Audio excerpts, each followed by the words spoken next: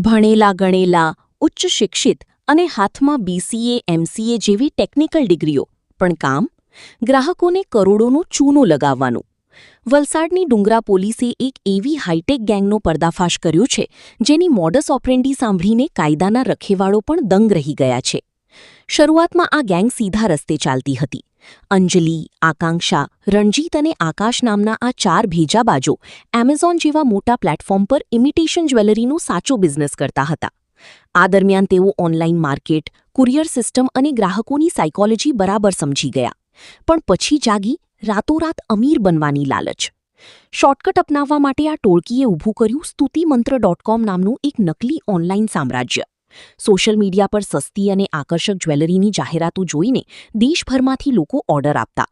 શરૂઆતમાં વિશ્વાસ જીતવા સાચો માલ મોકલ્યો, પણ જેવા ઓર્ડર વધ્યા કે અસલી ખેલ શરૂ થયો. ઓર્ડર ઘરેણાનો હોય, પણ પાર્સલ ખોલો એટલે અંદરથી નીકળે કાપડના ચિથરા, રદ્દી કાગળો અને કચરો. આ ઠગો ગ્રાહકોની માનસિકતા સાથે બહુ ચતુર ગેમ રમતા હતા. વેબસાઇટ પર કિંમત માત્ર 500 થી 1000 રૂપિયા રાખતા. ગ્રાહકો છેતરાય તો પણ એમ વિચારતા કે 500 રૂપિયા માટે કોણ પોલીસ સ્ટેશનના ધક્કા ખાય. બસ, ગ્રાહકોની આ જ ઉદાસીનતાનો ફાયદો ઉઠાવીને આ ટોળકીએ 3500 થી વધુ લોકોને શિકાર બનાવી 38 લાખ રૂપિયાથી વધુ પડાવી લીધા.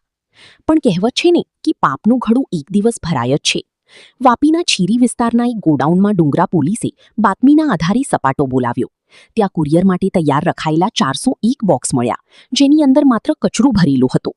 પોલીસે લેપટોપ, કોમ્પ્યુટર અને છેતરપિંડીના સાહિત્ય સાથે 20 સગી બહેનો સહિત 4 આરોપીઓને રંગે હાથ દબોચી લીધા.